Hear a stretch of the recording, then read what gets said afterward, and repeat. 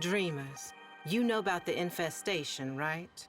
Spreads like a month-old salad with genocidal intent. Swallows everything it touches, making monsters from meat or metal or both. Well, these days it's mostly contained. Spores as old as stone, derelicts drifting in forgotten orbits. So it was with old Kanga, somehow exposed and promptly cast out. Woke up on a blessed cage drop down to Eris. But should some sad soul catch the gray vein, well, every culture has its plague dogma.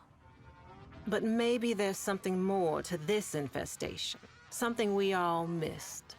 Turns out, Kanga didn't find void in that hell nest, no. He found a survivor. Little boy, Arlo, died 3 years ago, yet there he was. Lost his voice, but gained his life. And somehow saved old Kanga with the slightest touch of his slender hand. My mother was a cynical woman. No disease spreads faster or further than the ones in our head. She was talking about ideas. Mine was that old Kanga and his Wonder Boy would have been splayed out in some bio-trader's lab by now, or blood studies for the Grenier Command. Dreamers, I was wrong. Kanga's gray vein was just the beginning. White lung, parasitic liver, clone rot, even bone spurs. Turns out this kid, Arlo, is a healer. So many questions. An idea like that is like a flare dropped in vol gas. Now the sick and curious are flocking the rails to see this emissary of Eris. And who speaks for Arlo the Mute? Why, old Kanga, of course. No more the outcast. It is he who is spreading the word of Arlo's gift. Even you, dreamers, may soon hear it.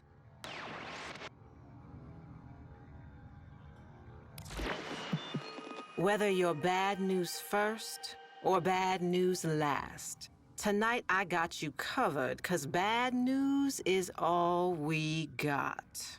This emissary's word is spreading fast. A hot fever. Some are going to extremes to prove their devotion. Trying the spores for themselves, and they're finding it too. Jacked the solar nav and flagged the derelict zones for all to see. Old haulers and new hopefuls out there are proving just how smart most people aren't. Yet Kanga's ranks are growing, arming themselves for the safety and security of our emissary, setting the stage for a great assembly to come. Buzz is, Arlo will break his silence. Till then, dreamers, check under the bed. A fresh brood is sprouting up along the rails. And it seems they have the scent of those blessed by the emissary's touch. Y'all did see this coming, right, dreamers? Surely did, but not like this.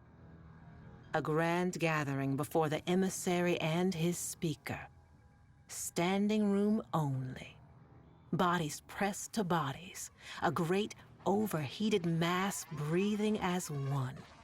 Waiting for their beloved healer mute to speak. Kanga hushed the crowd.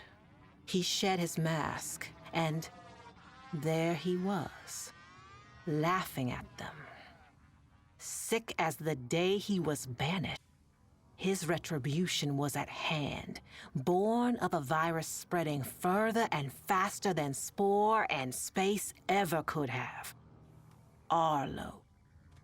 And in that stunned silence, Arlo himself made a sound. Not a word, but a stifled gag.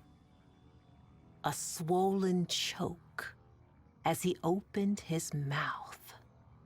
And there it was, pointed, black, a tongue, but not, snaking and bulging and splitting him apart. I looked away then. I had to. But that sound stays with me. Not the sound of human terror, bad as it was, but what came after. The grinding wet, the rattling flutter, the congregation converted in the truest sense. Dreamers, you all got your work cut out for you. Though this movement has lost its head, the body still lingers. It's a bad cycle, Dreamers. Arlo's devoted had a party and you're on cleanup detail. Derelicts are threatening every settlement from Mercury to Eris. You're uniquely qualified to contain them. Meanwhile, I've been thinking, not about Kanga, but about what he actually found down there. Arlo, whatever he was. Some kind of lure? An evolution to bait us in? Is there more to this infestation than fangs and acid? I know what my mother would say. The people saw what they wanted, heard what they hoped, and human nature did the rest. Still, I'm hearing rumors. The mass on Eris is in turmoil, and nobody, but nobody wants to check it out. It's seething. And if it's not thinking about this whole ordeal, baby, it's feeling it. This is Nora Knight, saying for now, dreamers, so long and hold on. And listen, should you ever happen upon some vacant-eyed little kid someday, whatever you do, don't take him home.